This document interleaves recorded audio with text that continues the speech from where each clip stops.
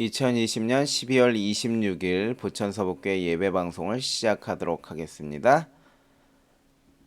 먼저 찬양을 통하여 묵상하는 시간을 가지시고 예배를 시작하겠습니다.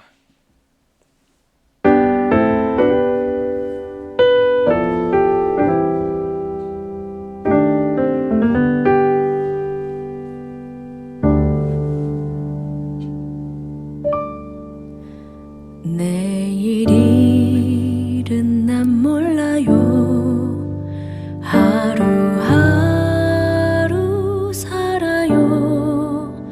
불행이나 요행함도 내 뜻대로 못해요.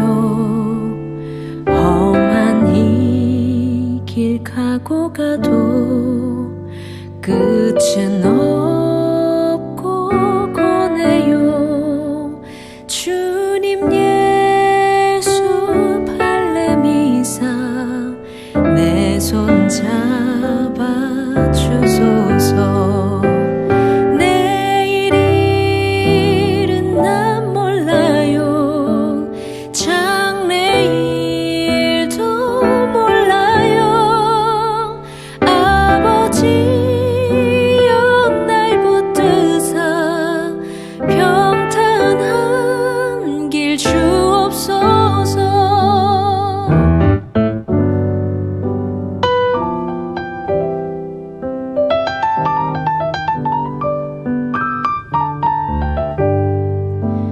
좁은 이 길 진리의 길 주님 가신 그 옛길 힘이 들고 어려워도 찬송하며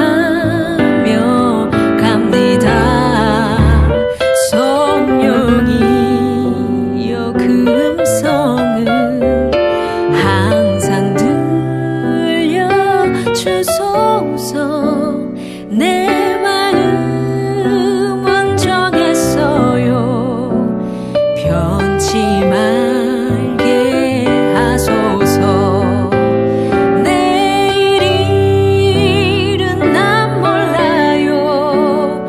장래일도 몰라요.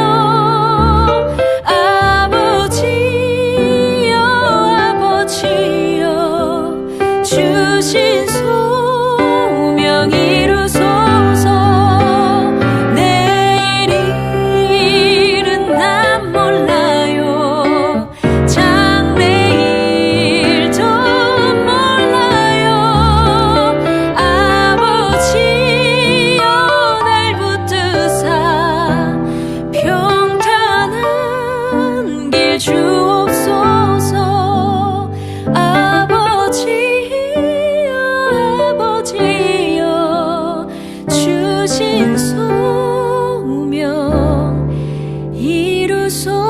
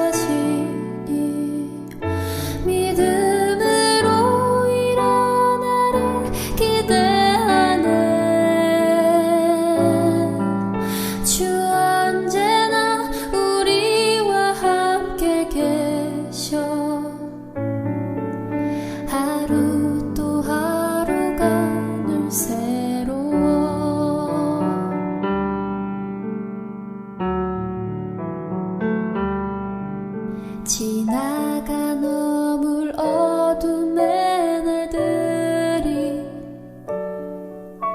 무겁게 내 영혼 짓눌러도 오 주여 우릴 외면치 마시고 약속의 구원을 이루소서.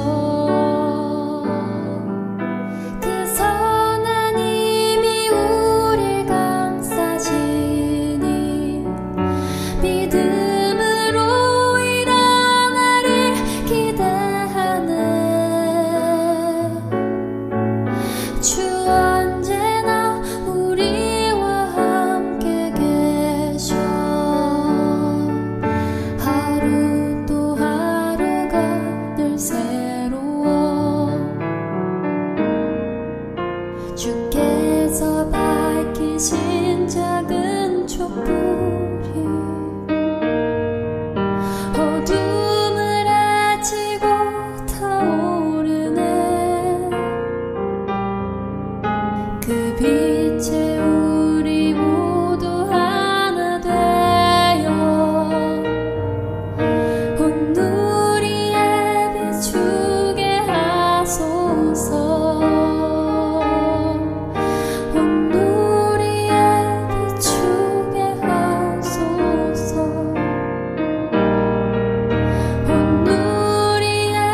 주게 하소서. 그 선한 힘이 우릴 감싸시니 믿음으로 일어나릴 기대하네. 주 언제나 우리와 함께 계셔.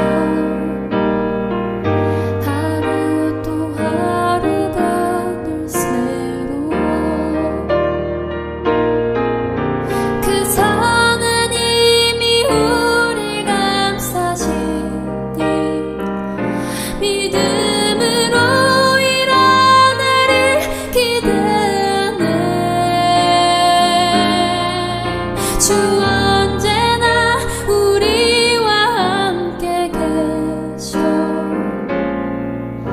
하루 또 하루가 늘 새로워. 하루 또 하루가 늘 새로워. 하루 또 하루가 늘 새로워.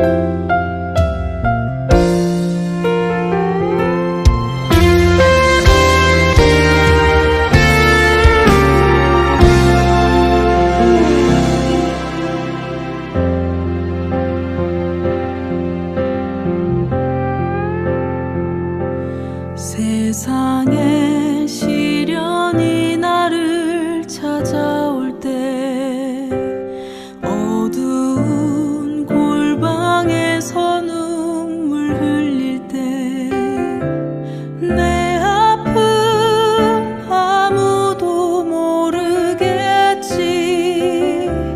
나 홀로 외로운 싸움을 할 때 주님은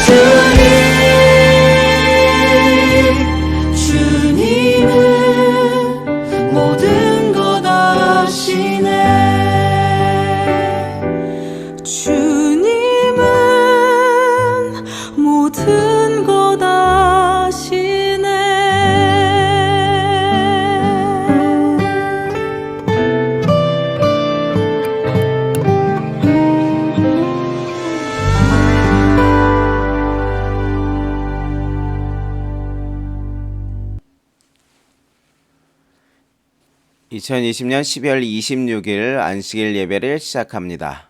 예배로 여러분들을 초청합니다. 할렐루야. 그 성소에서 하나님을 찬양하며 그 권능의 궁창에서 그를 찬양할지어다. 그의 능하신 행동을 인하여 찬양하며 그의 지극히 광대하심을 조차 찬양할지어다. 이 시간은 우리의 찬양을 받기에 합당하신 여호와 하나님께 영광과 찬송을 드리는 예배의 시간입니다. 여러분을 예배로 초청합니다. 주님의 거룩하고 복된 날, 7날 중에 최고의 날인 이 안식일에 하나님께서 주신 거룩한 날을 기쁨으로 환호하며 주님의 보좌 앞에서 경배하라는 그 부르심에 우리가 기쁨으로 순종하나이다. 기도하시겠습니다. 하늘에 계신 우리들의 아버지 하나님, 오늘 이렇게 2020년의 마지막 안식일에 하나님께 예배 드릴 수 있도록 하여 주심에 감사드립니다. 이 시간 하나님 우리와 함께하여 주시고 우리 있는 각처에서 하나님 임하여 주시옵소서. 신령과 진리로 예배하는 시간 되도록 삼위 하나님 충만히 역사하여 주시기를 우리를 사랑하시는 예수님의 이름으로 기도드리옵나이다. 찬미 17장 부르시겠습니다.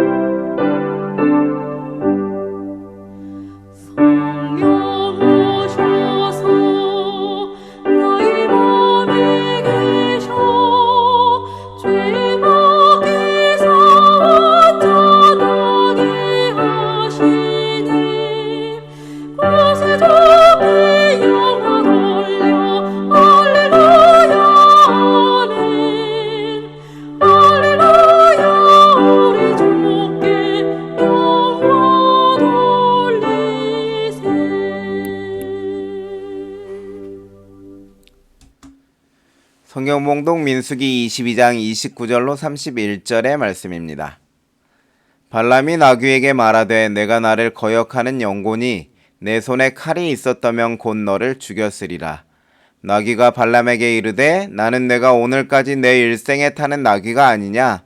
내가 언제든지 내게 이같이 하는 행습이 있더냐? 가로되 없었느니라. 때에 여호와께서 발람의 눈을 밝히심에 여호와의 사자가 손에 칼을 빼어들고 길에 선 것을 보고 머리를 숙이고 엎드리니. 하늘에 계신 우리들의 아버지 하나님, 하나님의 은혜로 엿새 동안 건강하게 살아올 수 있도록 우리를 보살펴 주심을 인하여 감사드립니다. 하나님 아버지, 이 시간 하나님께 예배하러 나왔사오니 우리의 죄와 허물을 그리스도의 은혜의 피로 덮어주시고 하나님께 진정으로 예배하는 우리 모두가 될 수 있도록 우리를 감화시켜 주시옵소서. 이 시간 마음에 상처 입은 자들과 육신의 질병을 가진 자들을 하나님께서 불쌍히 여기셔서 새롭게 하여 주시고 하나님의 말씀과 기도로 인하여 거룩해지는 시간 될 수 있도록 주님 인도하여 주시옵소서. 말씀을 나누는 가운데 성령 하나님 역사하여 주시고 기도를 드리는 가운데 우리의 기도가 땅에 떨어지지 않도록 우리의 기도를 하나님께서 들어주시옵소서. 오늘 이 안식일 하나님과 교통하며 교제하는 안식일 되도록 도와주시고 하나님 안에서 평강과 쉼을 얻는 시간 되도록 우리와 함께하여 주시기를 우리를 사랑하시는 예수님의 이름으로 간절히 기도드리옵나이다. 지금 이 시간은 기도의 제목을 가지고 기도하도록 하겠습니다. 코로나19 확진자 감소를 위해서 기도해 주시고요. 성도들 건강과 안전을 위해서 기도해 주시기 바랍니다. 특별히 장경찬 집사님께서 병원에 입원해서 투병하고 계신데요. 그 힘든 가운데 하나님 의지하시고 하나님께서 지켜주시도록 기도해 주시기를 바랍니다. 그리고 마지막 기도 제목은 성도들의 가정 경제를 위해서 기도해 주시기 바랍니다. 음악이 끝날 때까지 기도해 주시기 바랍니다.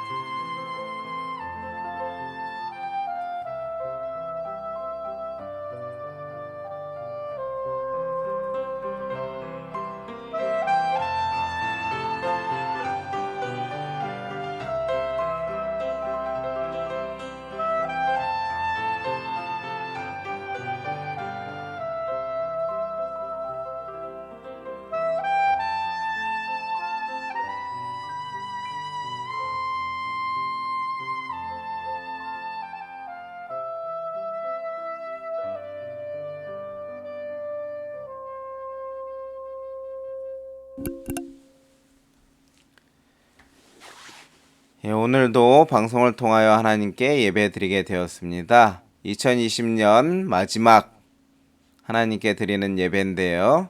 이 안식일 하나님께서 방송을 통하여 예배에 참여하시는 우리 모두에게 평강 주시기를 주님의 이름으로 기원합니다. 함께 인사 나누시겠습니다.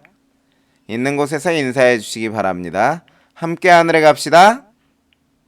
함께 하늘에 갑시다. 다음은 교회 표어, 2020년 교회 표어 마지막으로 외쳐보는 것입니다.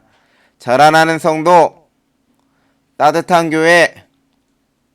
자라나는 성도, 따뜻한 교회. 오늘도 이 시간 말씀을 통하여 우리의 믿음이 자라나게 되기를 간절히 원합니다. 다 함께 성경 민수기 22장 1절로 35절의 말씀을 펴시겠습니다. 민수기 22장 1절로 35절의 말씀입니다. 좀 긴 말씀이긴 하지만 말씀의 이해를 위해서 제가 낭독하도록 하겠습니다. 이스라엘 자손이 또 진행하여 모압 평지에 진쳤으니 요단 건너편 곧 여리고 맞은 편이었더라. 십볼의 아들 발락이 이스라엘이 아모리인에게 행한 모든 일을 보았으므로 모압이 심히 두려워하였으니 이스라엘 백성의 많음을 인함이라. 모압이 이스라엘 자손의 영고로 번민하여 미디안 장로들에게 이르되 우리가 소가 밭의 풀을 뜯어먹은 같이 우리 사면에 있는 것을 다 뜯어먹으리로다 하니 때에 십볼의 아들 발락이 모압 왕이었더라. 그가 사자를 부올의 아들 발람의 본향 강변 부돌에 보내어 발람을 부르게 하여 가로되 보라, 한 민족이 애굽에서 나왔는데 그들이 지면에 덮여서 우리 맞은편에 거하였고 우리보다 강하니 청컨대 와서 나를 위하여 이 백성을 저주하라. 내가 혹 쳐서 이기어 이 땅에서 몰아내리라. 그대가 복을 비는 자는 복을 받고 저주하는 자는 저주를 받을 줄을 내가 알미니라. 모압 장로들과 미디안 장로들이 손에 복술의 예물을 가지고 떠나 발람에게 이르러 발락의 말로 그에게 고하매 발람이 그들에게 이르되 이 밤에 여기서 유숙하라. 여호와께서 내게 이르시는 대로 너희에게 대답하리라. 모압 귀족들이 발람에게서 유하니라. 하나님이 발람에게 임하여 가라사대 너와 함께한 이 사람들이 누구냐? 발람이 하나님께 고하되 모압 왕 십볼의 아들 발락이 내게 보낸 자라 이르기를 보라, 애굽에서 나온 민족이 있어 지면에 덮였으니 이제 와서 나를 위하여 그들을 저주하라. 내가 혹 그들을 쳐서 몰아낼 수 있으리라 하나이다. 하나님이 발람에게 이르시되 너는 그들과 함께 가지도 말고 그 백성을 저주하지도 말라. 그들은 복을 받은 자니라. 발람이 아침에 일어나서 발락의 귀족들에게 이르되 너희는 너희의 땅으로 돌아가라. 내가 너희와 함께 가기를 여호와께서 허락지 아니하시느니라. 모압 귀족들이 일어나 발락에게로 가서 고하되 발람이 우리와 함께 오기를 거절하더이다. 발락이 다시 그들보다 더 높은 귀족들을 더 많이 보내매 그들이 발람에게로 나아가서 그에게 이르되 십볼의 아들 발락의 말씀에 청컨대 아무 것에도 거리끼지 말고 내게로 오라. 내가 그대를 높여 크게 존귀케 하고 그대가 내게 말하는 것은 무엇이든지 시행하리니 청컨대 와서 나를 위하여 이 백성을 저주하라 하시더이다. 발람이 발락의 신하들에게 대답하여 가로되 발락이 그 집에 은금을 가득히 채워서 내게 줄지라도 내가 능히 여호와 내 하나님의 말씀을 어기어 덜하거나 더하지 못하겠노라. 그런즉 이제 너희도 이 밤에 여기서 유하라. 여호와께서 내게 무슨 말씀을 더 하실는지 알아보리라. 밤에 하나님이 발람에게 임하여 이르시되 그 사람들이 너를 부르러 왔거든 일어나 함께 가라. 그러나 내가 내게 이르는 말만 준행할지니라. 발람이 아침에 일어나서 자기의 나귀의 안장을 지우고 모압 귀족들과 함께 행하니 그가 행함을 인하여 하나님이 진노하심으로 여호와의 사자가 그를 막으려고 길에 서니라. 발람은 자기 나귀를 타고 그 두 종은 그와 함께 있더니 나귀가 여호와의 사자가 칼을 빼어 손에 들고 길에 선 것을 보고 길에서 떠나 밭으로 들어간지라. 발람이 나귀를 길로 돌이키려고 채찍질하니 여호와의 사자는 포도원 사이 좁은 길에 섰고 좌우에는 담이 있더라. 나귀가 여호와의 사자를 보고 몸을 담에 대고 발람의 발을 그 담에 비비어 상하게 하며 발람이 다시 채찍질하니 여호와의 사자가 더 나아가서 좌우로 피할 데 없는 좁은 곳에 선지라. 나귀가 여호와의 사자를 보고 발람의 밑에 엎드리니 발람이 노하여 자기 지팡이로 나귀를 때리는지라. 여호와께서 나귀 입을 여시니 발람에게 이르되 내가 내게 무엇을 하였기에 나를 이같이 3번을 때리느뇨. 발람이 나귀에게 말하되 내가 나를 거역하는 영혼이 내 손에 칼이 있었다면 곧 너를 죽였으리라. 나귀가 발람에게 이르되 나는 내가 오늘까지 내 일생에 타는 나귀가 아니냐. 내가 언제든지 내게 이같이 행하는 행습이 있더냐. 가로되 없었느니라. 때에 여호와께서 발람의 눈을 밝히심에 여호와의 사자가 손에 칼을 빼어들고 길에 선 것을 보고 머리를 숙이고 엎드리니 여호와의 사자가 그에게 이르되 너는 어찌하여 내 나귀를 이같이 3번 때렸느냐. 보라 내 길이 내 앞에 패역하였으므로 내가 너를 막으려고 나왔더니 나귀가 나를 보고 이같이 3번을 돌이켜 내 앞에서 피하였느니라. 나귀가 만일 돌이켜 나를 피하지 아니하였다면 내가 벌써 너를 죽이고 나귀는 살렸으리라. 발람이 여호와의 사자에게 말씀하되 내가 범죄하였나이다. 당신이 나를 막으려고 길에 서신 줄을 내가 알지 못하였나이다. 당신이 이를 기뻐하지 아니하시면 나는 돌아가겠나이다. 여호와의 사자가 발람에게 이르되 그 사람들과 함께 가라. 내가 내게 이르는 말만 말할지니라. 발람이 발락의 귀족들과 함께 가니라. 저는 오늘 민수기 22장 1절로 35절의 말씀을 본문으로 하여 분별력을 잃는 이유라는 제목으로 말씀을 증거하도록 하겠습니다. 40년 광야 생활이 끝나갈 즈음 이스라엘 백성들은 여리고 건너편에 모압 지방에 진을 치고 있었습니다. 가나안 땅에 거의 도착한 이스라엘 백성에게는 하나님께서 약속하신 땅에 들어가는 것이 기대되는 순간이었습니다. 그렇지만 그 인근에 있었던 이 모압 사람들에게는 두려운 일이었습니다. 왜냐하면 여기 모압 평지는 원래 모압 땅이었습니다. 그런데 강력한 통치자들이었던 아모리 족속들이 이 모압 땅을 빼앗은 것이었습니다. 그런데 그 강력한 아모리인들에게 빼앗겼던 모압 땅을 누가 차지한 것이었습니까? 여기 이스라엘 백성들이 모압 평지를 차지한 것이었습니다. 그러니 그 강력한 사람들을 물리쳤던 이스라엘이기 때문에 더 강력한 거 아니겠습니까?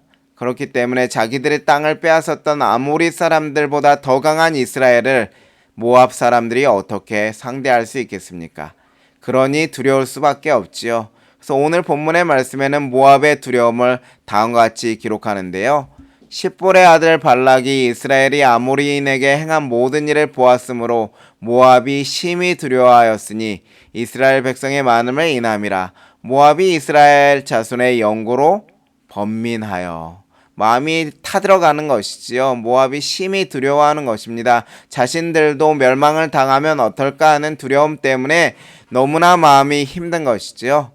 그때 여러분 모압 왕 발락은 두려움을 이겨내기 위하여 어떤 행동을 하였습니까? 우리가 읽은 본문의 말씀에 의하면 모압 왕 발락은 그의 두려움을 이겨내기 위하여 다음과 같이 행동하는데요. 민수기 22장 5절로 6절에 그가 사자를 부올의 아들 발람의 본향 강변 부돌에 보내어 발람을 부르게 하여 나를 위하여 이 백성을 저주하라. 이러한 행동을 하게 됩니다. 여러분 여기 그 발락이라고 하는 모압 왕이 여기 부돌이라고 하는 곳에 발람이라고 하는 그 사람이 있는 곳에 사자들을 보내게 되는데요. 여기 보시면 그림을 보시면 아시겠지만 이 발락이 있는 곳으로부터 이 발람이 있는 곳까지는 600km나 떨어진 곳입니다. 물리적 힘으로는 도저히 두려움을 이겨낼 수 없었던 모압 왕 발락은 무엇을 의지하기로 하냐면 종교의 힘을 의지하기로 하였습니다. 오늘 민수기 22장 5절로 6절의 말씀에 나를 위하여 이 백성을 저주하라. 부올의 아들 발람을 불러서 이스라엘 백성을 저주하는 일을 하게 되는 것이지요. 모압 땅으로부터 600km나 떨어진 곳에 사람을 보내서 발람을 데려와 저주하는 것입니다. 그래서 부조와 선지자 438쪽에도 다음과 같이 기록하는데요. 모압인들은 감히 히브리인들에게 모함적인 공격을 가하지 못하였다. 무력에 호소하는 일은 히브리인을 위하여 싸우시는 초자연적 능력 앞에는 아무런 힘이 없었다. 그러나 모압인들은 바로가 했던 것처럼 마술의 능력을 빌어 하나님의 사업을 저지하기로 결심했다. 여러분 이제 모압 왕 발락은 누구를 데려오라고 사신을 보냅니까? 여기 상부 메소포타미아 유브라데강 상류에 위치하고 있는 부돌에 발람을 보내어 발람을 데려오라고 합니다. 여러분 오늘 제가 여러분과 살피고자 하는 말씀의 주인공이 바로 이 발람인데요. 잠깐 발람이 어떤 사람인지에 대해서 잠깐 정리하고 넘어가도록 하겠습니다. 발람에 대해서 부조와 선지자 439쪽에는 다음과 같이 기록하는데요. 일찍이 발람은 선량한 사람이었고 하나님의 선지자였다. 여러분 여기 신기한 말씀이 나오네요. 발람이 어떤 사람이었다고요? 선량한 사람이었을 뿐만 아니라 누구였다고요? 하나님의 선지자라고 말하고 있습니다. 그래서 발람이 다른 신을 섬기는 사람이 아니라 하나님을 섬기는 선지자였다는 것이지요. 그런데 중요한 것은 그 선지자가 배도하고 탐욕에 빠져 있었다는 것이죠. 그렇지만 자신은 여전히 지극히 높으신 하나님의 종이라고 이렇게 공언하였고 또 이러한 발람의 소문이 모압 왕 발락에게까지 퍼져 있었다는 것입니다. 하나님의 선지자였던 사람이 결국에는 이제 어떻게 되는가 하면 여기 베드로후서 2장 15절로 16절의 말씀에 보면 저희가 바른 길을 떠나 미혹하여 부올의 아들 발람의 길을 좇는도다. 그가 불의의 삭슬을 사랑하다가 자기의 불법을 인하여 책망을 받되 말 못하는 나귀가 사람의 소리로 인하여 이 선지자의 미친 것을 금지하였느니라. 여기 보니까 이제 그 발람에 대해서 베드로는 어떻게 묘사하고 있습니까? 불의의 삭슬을 위하여 미친 사람으로 이렇게 말하고 있죠. 그러니까 하나님의 선지자였지만 탐욕에 빠져서 미쳐있는 사람으로 이렇게 기록되어 있는 것입니다. 하나님의 선지자가 이렇게 미친 사람이라니, 돈에 미친, 불의의 삭세에 미친 사람이라니 참 안타까운 기록이 아닙니까? 근데 발람의 마지막에 대해서 민수기 31장 8절은 다음과 같이 기록하는데요. 그 죽인 자 외에 미디안의 5왕을 죽였으니 미디안의 왕들의 에이와 레겐과 스루와 호르와 레바임에 또 누구요? 부올의 아들 발람을 칼로 죽였더라. 이스라엘이 미디안과 싸울 때에 부올의 아들 발람까지도 칼로 죽이는 일이 있었다는 것이죠. 여러분 참 안타까운 사람이죠. 그 마지막이 하나님의 선지자였으나 마지막에 칼로 죽임을 당하는 것으로 끝난다고 하는 것은 매우 안타까운 것이죠. 저는 오늘 이 발람의 안타까운 삶을 살피며 한 사람이 어떻게 분별력을 잃어가는지 그 지혜를 얻고자 하는 것입니다. 약 600km나 떨어진 먼 곳으로부터 이스라엘을 저주하라고 자신을 데리러 온 사신들, 그 사신들을 발람이 이제 만나게 되었습니다. 여러분, 그 사신들을 만난 발람 어떻게 하면 좋을까요? 발람이 어떻게 행동하면 좋겠습니까? 여기 민수기 22장 8절에는 발람이 다음과 같이 행동하는데요. 발람이 그들에게 이르되 이 밤에 여기서 유숙하라. 여호와께서 내게 이르시는 대로 너에게 대답하리라. 여러분, 이스라엘을 저주해 달라는 요청에 대하여 발람은 어떻게 반응하였습니까? 여호와께서 내게 이르시는 대로 너에게 대답하리라. 여러분 어떻습니까? 발람 참 지혜롭지 않습니까? 하나님의 뜻을 먼저 확인하고 대답하겠다는 것이죠. 하나님의 뜻을 확인해야 하니 시간을 달라는 것은 매우 지혜로운 것이지요. 다니엘도 느부갓네살의 꿈으로 위협을 당할 때에 왕에게 하나님에게 기도할 시간을 달라고 요청하지 않았습니까? 그렇습니다. 여러분, 우리가 우리의 발걸음을 옮기기 전에 하나님의 뜻을 먼저 확인하는 것은 매우 중요한 것입니다. 하나님의 뜻을 먼저 확인하고 대답하겠다 하는 것은 매우 지혜로운 행동인 것이지요.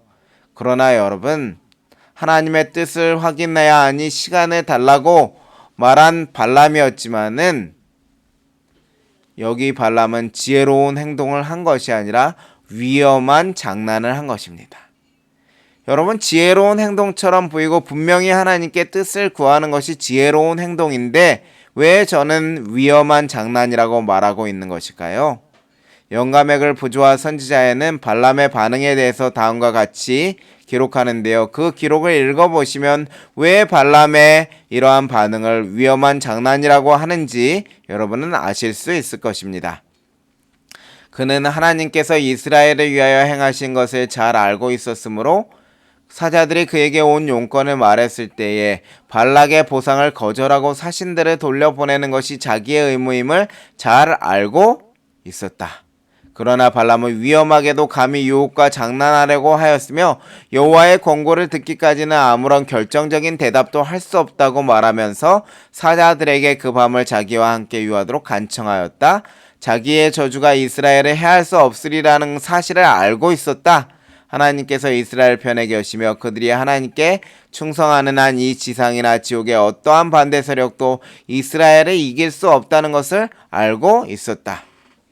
여러분, 말씀을 읽으니까 어떻습니까? 발람은 이스라엘 백성을 하나님께서 인도하신다는 사실을 분명히 알고 있었다는 것이지요. 그러한데도 이스라엘을 저주하는 것이 하나님의 뜻이 아니라는 것도 분명히 알고 있었지요. 그런데도 하나님의 뜻을 어떻게 한다고요? 확인해 봐야 한다는 것이죠. 확인해 봐야 한다는 것이죠. 그렇게 하는 것은 바로 유혹의 길로, 스스로 유혹의 길로 들어가는 것이었습니다. 하나님의 뜻을 확인해야 하니 기다려야 할 시간을 달라고 하는 것은 위험하게도 유혹과 장난하고자 하는 것이지요. 너무나 명확하게 하나님의 뜻이 드러나 있는데 하나님의 뜻을 확인해 보아야 하니 그 시간을 달라는 것, 너무나 위험한 장난인 것입니다. 그래서 부조와 선지자의 말씀에 위험하게도 감히 유혹과 장난하려고 하였다 묘사하는 것입니다. 그렇다면 여러분, 발람이 이렇게 위험한 장난을 하는 이유가 무엇일까요? 하나님의 뜻은 거부하는 것임을, 발락의 사자들을 돌려보내는 것임을 알고 있음에도 불구하고 그들을 하룻밤 머물라고 하고 내가 하나님의 뜻을 확인하겠다고 이런 장난을 벌이는 이유가 무엇일까요? 민수기 22장 6절로 7절의 말씀에 우리는 그 이유를 확인할 수가 있습니다. 하나님의 뜻이 아님을 확실히 알고도 거절하지 않는 이유를 우리는 알 수 있는데요. 민수기 22장 6절로 7절입니다. 우리보다 강하니 청컨대 와서 나를 위하여 이 백성을 저주하라. 내가 혹 쳐서 이기어 이 땅에서 몰아내리라. 그대가 복을 비는 자는 복을 받고 저주하는 자는 저주를 받을 줄을 내가 알미니라. 모압 장로들과 미디안 장로들이 복술의 예물을 가지고 떠나 발람에게 이르러 발락의 말로 그에게 고하매.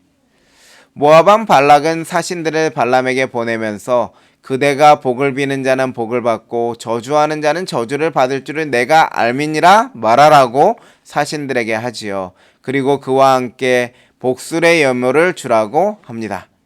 여러분, 이 말 속에 발람이 위험한 장난을 하는 이유가 숨어 있습니다. 부주와 선지자의 글은 왜 발람이 왜 위험한 장난을 하는지 그 이유에 대해서 다음과 같이 기록하는데요. 그러나 발람의 교만심은 그대가 복을 받는 자는 복을 받고 저주하는 자는 저주를 받을 것이라는 사신들의 말에 어땠다고요? 우쭐했다. 매우 값진 뇌물과 장래의 북이 영달은 그의 탐욕을 자극했다. 여러분, 우리가 읽은 말씀을 통하여 발람이 왜 위험한 장난을 하는지 분명히 아시겠습니까? 잠언 29장 5절의 말씀에 이웃에게 아첨하는 것은 그의 발 앞에 그물을 치는 것이니라는 말씀처럼 사신들은 발람에게 아첨함으로 그물을 친 것입니다. 발람을 우쭐하게 만드는 것이지요. 그의 뇌물까지 더해진 것이지요. 하나님의 뜻을 확실히 알기에 단호하게 하나님의 뜻을 선포하며 거부해야 하는데 아첨과 뇌물에 미혹되어 유혹의 사자를 자기 옆에 머물게 하는 것입니다. 여러분, 이것은 대단히 위험한 장난입니다. 과연 이것은 하나님의 뜻이 아니었습니다. 하나님께서 직접 발람에게 말씀하십니다. 하나님의 뜻이 무엇인지 다음과 같습니다. 하나님이 발람에게 임하여 가라사대 너는 그들과 함께 가지도 말고 그 백성을 어떻게 하지도 말고요? 저주하지도 말라고 말씀하십니다. 하나님의 뜻이 아님이 분명히 밝혀진 것이죠. 하나님이 다시 한번 그 뜻을 알고 있는 발람에게 확인시켜 주시는 것입니다. 그렇게 하였을 때 여러분, 발람은 어떻게 반응합니까? 하나님의 뜻이 아님을 분명히 알고도 발람은 어떻게 반응합니까? 여기 발람은 다음과 같이 반응하는데요. 민수기 22장 13절의 말씀에 내가 너희와 함께 가기를 여호와께서 허락지 아니하시느니라. 누가 허락지 아니하신다고요? 내가 너희와 함께 하기를 여호와께서 허락지 아니하시느니라.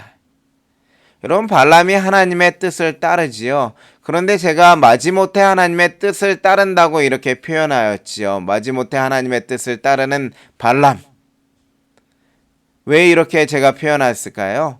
민수기 22장 13절 마지막 부분에 여호와께서 허락지 아니하시느니라는 말 속에 그 힌트가 있습니다.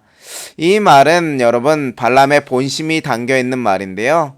발람이 하나님의 뜻을 즐겨 따르는 마음으로 하는 대답이 아닙니다. 이 말 속에 그의 본심이 담겨 있습니다. 자신에게 많은 이득의 기회가 상실됨에서 나오는 기분 상함의 말입니다. 하나님께서 기회를 잃게 하신 것 같은 표현이 여호와께서 허락지 아니하시느니라는 표현입니다. 바울의 본심에 대해서 부조와 선지자의 말씀에는 더욱더 밝히 이해하도록 도와주는데요. 아침에 발람은 마지못해 사신들을 돌려보냈으나 여호와께서 말씀하신 바를 그들에게 말하지 않았다. 많은 이득과 명예에 대한 환상이 돌연히 소실되었기 때문에 화가 난 발람은 여호와께서 허락지 아니하시느니라고 부르짖었다. 여러분, 마음은 발락의 제안을 수용하고 싶은데 겉으로는 하나님 뜻 때문에 거절해야 하니 그러니 마지못해 하나님의 뜻을 따르는 것이지요. 자신이 가고 싶은 길이 하나님에 의해서 막혀지니 화가 나서 부르짖는 것입니다. 여호와께서 허락지 아니하시느니라 이렇게 하는 것이죠. 핑계를 하나님께 돌리고 있는 것입니다. 그러니 마지못해 하나님의 뜻을 따르는 것입니다. 그렇게 우여곡절 끝에 발람의 위험한 장난은 일단락되었습니다. 그러나 유혹은 그것으로 끝나지 않는데요. 발람을 향한 유혹이 다시 시작되었습니다. 발락에게 돌아갔던 사람들이 2주 후에 다시 발람에게 나온 것입니다. 여기 민수기 22장 14절로 17절의 말씀에 보면 모압 왕 발락이 다음과 같은 조치를 취하는데요. 모압 귀족들이 일어나 발락에게로 가서 고하되 발람이 우리와 함께 오기를 거절하더이다.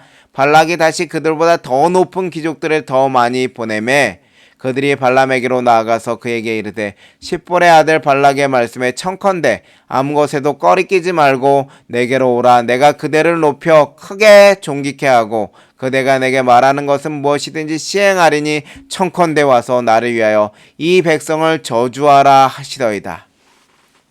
여러분, 예수님을 향한 사단의 유혹이 처음에는 먹는 것으로부터 시작하였지요. 먹는 것으로부터 시작하여서 나에게 절하면 이 세상을 주겠다는 것으로 강화되었죠. 그렇게 하였던 것처럼 이제 발람에 대한 유혹도 그 강도가 높아집니다. 얼마간의 시간이 흐른 뒤 모아방 발락에게서 다시 사신들이 오지요. 그런데 이번에는 더 많은 사람들이, 더 높은 지위에 있는 사람들이 발람을 모셔가기 위해 몰려옵니다. 그리고 발람의 명예를 보장하지요. 그대를 높여 크게 존귀케 하고 그가 이스라엘을 위해 저주하면 그대를 위해 그 발람을 높여주겠다고, 명예롭게 해주겠다고 약속하는 것입니다. 발람의 명예를 보장하며 이스라엘을 저주하기 위해 와줄 것을 요청하지요. 첫 번째 유혹을 통해서 발람은 분명히 깨달았습니다. 자신이 이스라엘을 저주하기 위해 모압에 가는 것은 하나님의 뜻이 아니라는 사실을 분명히 확인했던 발람. 유혹의 강도가 강해졌을 때 그는 어떻게 반응했을까요? 민수기 22장 18절의 말씀인데요. 발람이 발락의 신하들에게 대답하여 가로되 발락이 그 집에 은금을 가득히 채워서 내게 더 줄지라도 내가 능히 여호와 내 하나님의 말씀을 어기어 덜하거나 더하지 못하겠노라. 여러분, 정말 발람이 단호한 거부를 한 것처럼 보이지요? 그런데 제가 여기 발람의 반응에 대하여 단호한 거부 물음표를 해놨죠. 돈과 부로 나를 유혹한다 할지라도 나는 그렇게 할 수 없다 대답합니다. 여러분, 발람의 정말 멋진 모습 아닙니까?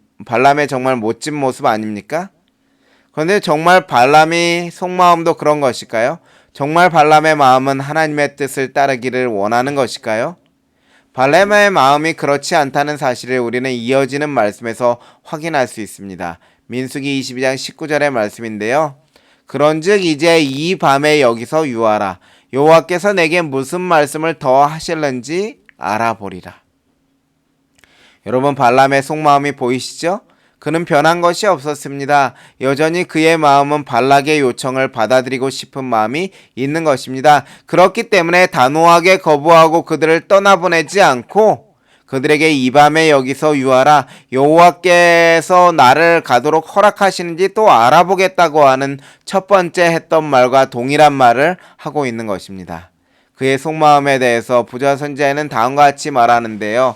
발람은 사신들의 간청에 대하여 자신은 매우 양심적이며 성실하다고 공언하면서 아무리 많은 금과 은을 준다 할지라도 하나님의 뜻에 반대되는 행동은 하지 못한다고 단언하였다. 그러나, 여기 그러나가 중요한 것이죠. 마음속으로는 왕의 요구에 응하고 싶었다. 하나님의 뜻이 이미 자기에게 분명히 나타났음에도 불구하고 발람은 사자들에게 하나님께 다시 물어볼 터이니 하룻밤 더 머물러 달라고 요청했다. 그는 마치 전능하신 하나님이 인간처럼 설득할 수 있으리라고 생각하였다. 발람은 어떤 마음을 가지고 있다고요? 이미 마음에 작정한 것입니다. 하나님의 제가를 얻어서 그 길을 가고 싶은 것이죠. 여러분, 내가 가는 길이 바르지 않은 길임을 확실히 아는데 그 길을 가고 싶은 것이죠. 그런데 그 길을 감에 있어서 좀 마음 편하게 가기 위해서 하나님의 허락을 얻고 싶은 것이죠. 하나님의 제가를 얻어서 내 길을 맘 편히 가고 싶은 욕심의 마음인 것입니다. 그러한 발람의 마음에 대해서 이렇게 표현하고 있습니다. 발람은 하나님의 뜻을 행하려고 노력하지 않고 오히려 자신의 길을 선택한 후에 여호와의 제가를 얻으려고 애를 썼다. 여러분, 발람은 이미 자신의 길을 선택해 놓고 하나님께서 허락해 주시기를 그 길을 허락해 주시기를 구하는 것이지요. 이미 마음은 정해놓고 하나님의 허락을 얻음으로 맘 편히 자기의 길을 가고 싶은 욕망이 있는 것입니다. 여러분, 우리도 이렇게 살아가고 있는지도 모릅니다. 하나님의 뜻이 아님을 분명히 알면서도 내가 가는 길이 하나님의 길이 아님을 알면서도 그 길을 가도록 하나님께서 허락하도록 구하며 하나님의 허락을 얻고 마음 편히 그 길을 가고 싶어하는 욕심이 우리에게도 있는지 모릅니다. 이러한 발람에 대하여 하나님은 어떻게 응답하십니까? 민수기 22장 20절입니다. 밤에 하나님이 발람에게 임하여 이르시되 그 사람들이 너를 부르러 왔거든 일어나 함께 가라. 그러나 내가 내게 이르는 말만 준행할지니라. 여러분, 마침내 발람은 하나님의 제가를 얻었습니다. 이제 모압으로 가도 되는 것입니다. 하나님께서는 발람이 어떻게든 그 길을 가려고 작정한 것을 아시고 그를 가게 하십니다. 그런데 단 한 가지 조건, 하나님의 뜻만 따를 것을 내가 내게 이르는 말만 준행할지니라 명하십니다. 그런데 정말 그 길을 가는 것을 하나님께서 허락하신 것일까요? 하나님께서 그 길을 가도록 하시는 이유는 무엇일까요? 이제 발람은 길을 나섭니다. 자신의 욕망을 채울 기회를 놓치지 않기 위해 나귀를 타고 길을 갑니다. 그때 발람은 특별한 경험을 하게 되는데요. 그 경험 속에 우리가 배워야 하는 중요한 교훈이 있습니다. 민수기 22장 21절로 27절의 말씀입니다. 발람이 아침에 일어나서 자기 나귀의 안장을 지우고 모압 귀족들과 함께 행하니 그가 행함을 인하여 여호와 하나님이 진노하심으로 인하여 여호와의 사자가 그를 막으려고 길에 서니라. 나귀가 여호와의 사자가 칼을 빼어 손에 들고 길에 선 것을 보고 길에서 떠나 밭으로 들어간지라. 발람이 나귀를 길로 돌이키려고 채찍질하니 여호와의 사자는 포도원 사이 좁은 길에 섰고 좌우에는 담이 있더라. 나귀가 여호와의 사자를 보고 몸을 담에 대고 발람의 발을 그 담에 비비어 상하게 하매 발람이 다시 채찍질하니 여호와의 사자가 더 나아가서 좌우로 피할 데 없는 좁은 곳에 선지라. 나귀가 여호와의 사자를 보고 발람의 밑에 엎드리니 발람이 노하여 자기 지팡이로 나귀를 때리는지라. 여러분, 부와 명예를 얻기 위하여 속히 모압 땅으로 나아가야 하는데 나귀가 도움이 안 되고 있습니다. 그 나귀는 여호와의 사자가 그 길을 막고 죽이려 하고 있음을 발견하고 멈추어서 가지 않는 것인데 발람은 답답한 것이죠. 그래서 화가 나서 나귀를 학대하는 것입니다. 욕심의 눈이 가리워져서 빨리 모압 땅으로 가서 자신이 원하는 부와 명예를 얻어야 하는데 그것을 막는 나귀, 장애물인 것이죠. 그래서 나귀를 학대하고 때리고 지팡이로 때리고 3번이나 그렇게 하는 것이지요. 욕심의 눈이 가리워져 여호와의 사자가 자기를 죽이려고 하는 것을 분별하지도 못하고 자신을 살리려는 나귀를 때리는 것입니다. 분별력을 잃은 것입니다. 여러분, 오늘 말씀의 제목이 무엇이었습니까? 오늘 말씀의 제목이 분별력을 잃는 이유였지요. 오늘 방금 읽은 말씀을 통해서 우리는 분별력을 잃는 이유에 대해서 발견할 수가 있습니다. 여러분, 그 이유를 아시겠지요? 부자의 선지자의 말씀에 다음과 같이 기록하고 있는데요. 발람은 욕심으로 눈이 가리워져 자기를 죽이려고 하는 여호와의 사자를 분별하지 못하고 오히려 자신을 살리려는 나귀를 학대하였다. 부와 명예를 얻기 위하여 속히 모압 땅으로 가야 하는데 도움이 안 되는 나귀, 그 욕심에 눈이 가리워져서 발람은 여호와의 사자가 자신의 죽음의 길을 막는데도, 폐역의 길을 막는데도 자신을 살리려는 나귀를 때리는 것입니다. 발람이 분별력을 잃은 이유는 부자 선지자 442페이지에 다음과 같이 기록하고 있습니다. 발람은 자기가 그처럼 잔인하게 되었던 가련한 동물의 덕택으로 생명을 보존할 수 있었다. 여호와의 선지자라고 주장하고 눈을 뜬 자요, 전능자의 이상을 본다고 선언한 자가 탐욕과 야망의 눈이 어두워 그의 나귀도 분별할 수 있는 하나님의 천사를 분별할 수 없었다. 여러분, 탐욕과 야망이 눈을 가리게 되니까 무엇을 알아보지 못했다고요? 나귀도 분별할 수 있는 하나님의 천사를 분별할 수 없었다는 것입니다. 여러분 기억하시기 바랍니다. 욕심이라고 하는 것은 우리 눈을 가리워 하나님의 뜻을 분별하지 못하도록 합니다. 하나님의 허락을 받고 가는 길처럼 보이지만 나의 욕심으로 가고 있는 길임을 분별하지 못하는 것이지요. 이처럼 분별력을 잃은 나귀에게 사랑의 하나님께서는 세속적 욕심에 눈이 멀어 분별력을 잃은 발람에게 깨달음의 기회를 주시기를 원하시는 것이지요. 그래서 민수기 22장 28절로 32절에 보면 하나님께서 어떻게 하십니까? 여호와께서 나귀의 입을 여시니 내가 나를 거역하는 영혼이 발람이 나귀를 책망하였을 때 나귀가 말하는 것이지요. 나귀가 발람에게 이르되 나는 내가 오늘까지 내 일생에 타는 나귀가 아니냐? 내가 언제든지 내게 이같이 행하는 행습이 있었더냐? 가로되 없었느니라. 때에 여호와께서 발람의 눈을 밝히심에 여호와의 사자가 손에 칼을 빼어들고 길에 선 것을 보고 내 길이 내 앞에 패역하였으므로 내가 너를 막으려고 나왔더니. 여러분 여기 나귀를 때릴 때 나귀의 입을 여셔서 여호와께서 하시는 말씀을 주목해 보시면 내가 나를 거역하는 영혼이 하는 발람의 말에 대하여 나귀가 내가 거역한 적이 있느냐 그런 말을 하지요. 근데 여기 내가 나를 거역하는 영혼이라는 발람의 말 속에 발람을 향한 교훈이 숨어 있는 것입니다. 발람이 어떻게 하였다고요? 내 길이 내 앞에 패역하였으므로 내가 너를 막으려고 나왔더니. 자신을 거역하는 나귀를 3번이나 때리는 나귀를 통해서 하나님은 발람이 하나님의 뜻을 거역하고 자기 욕심대로 가고 있음을 깨닫게 하고자 하였던 것입니다.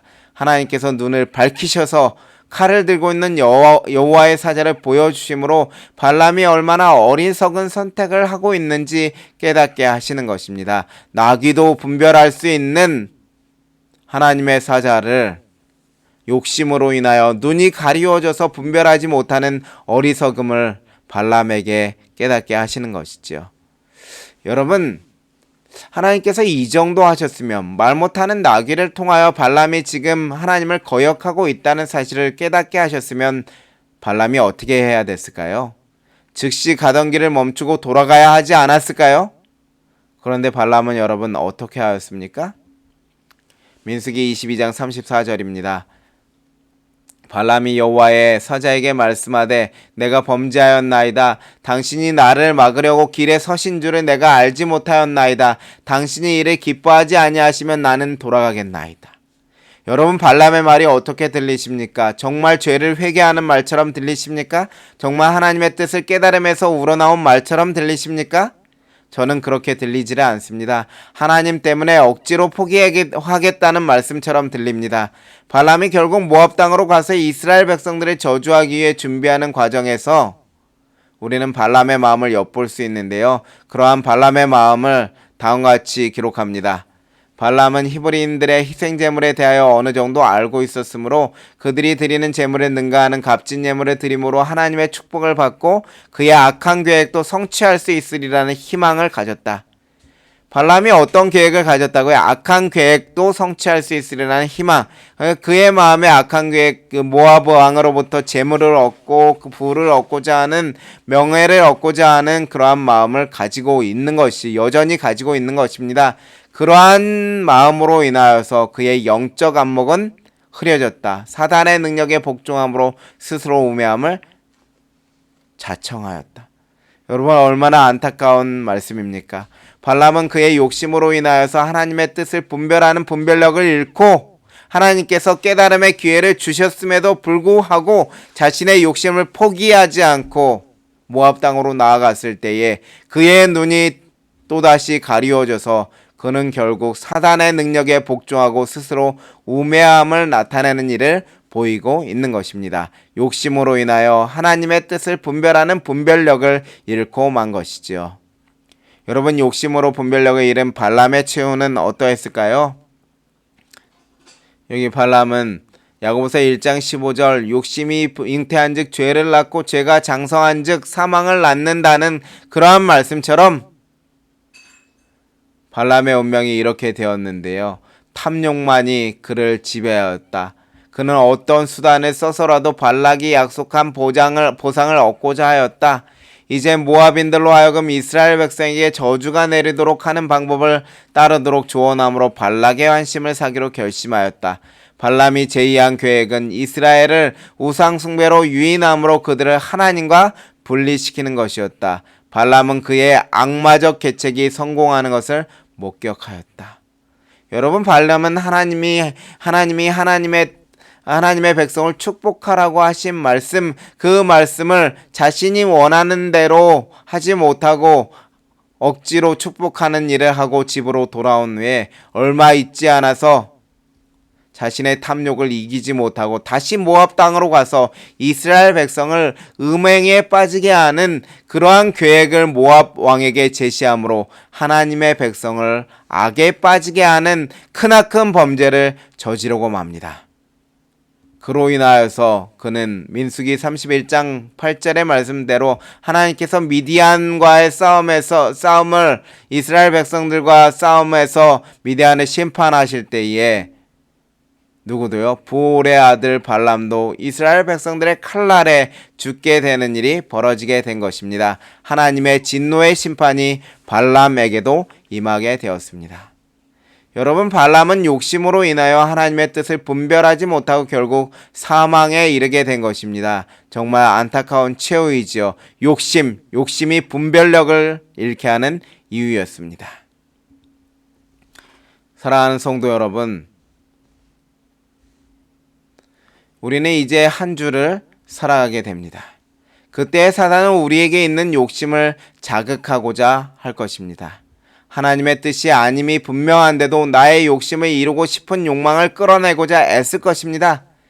그때 여러분, 우리 모두 발람의 교훈을 기억하도록 하십시다. 발람의 욕심이 그의 눈을 가리워 분별력을 잃게 하였음을 잊지 마십시다. 하나님께서 사랑으로 다시 기회를 주실 때에 우리의 잘못을 욕심을 깨닫고 욕심을 내려놓는 일을 하십시다. 나의 욕심과의 싸움에서 승리하도록 하십시다. 하나님의 뜻을 즐겨 순종하기로 결심하십시다. 욕심은 분별력을 잃게 하는 무서운 것입니다.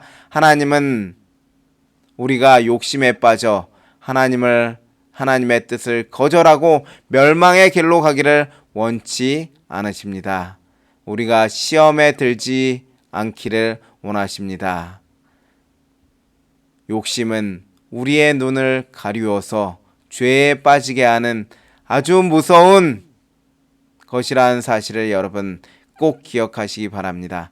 저는 이번 한 주 하나님께서 우리를 시험에 들지 않도록 붙잡아 주시고 우리의 눈을 밝히사 하나님의 천사를 보게 하여 주시고 욕심을 내려놓고 하나님께서 인도하여 주시는 길로 가게 되는 우리 모두가 되기를 원합니다.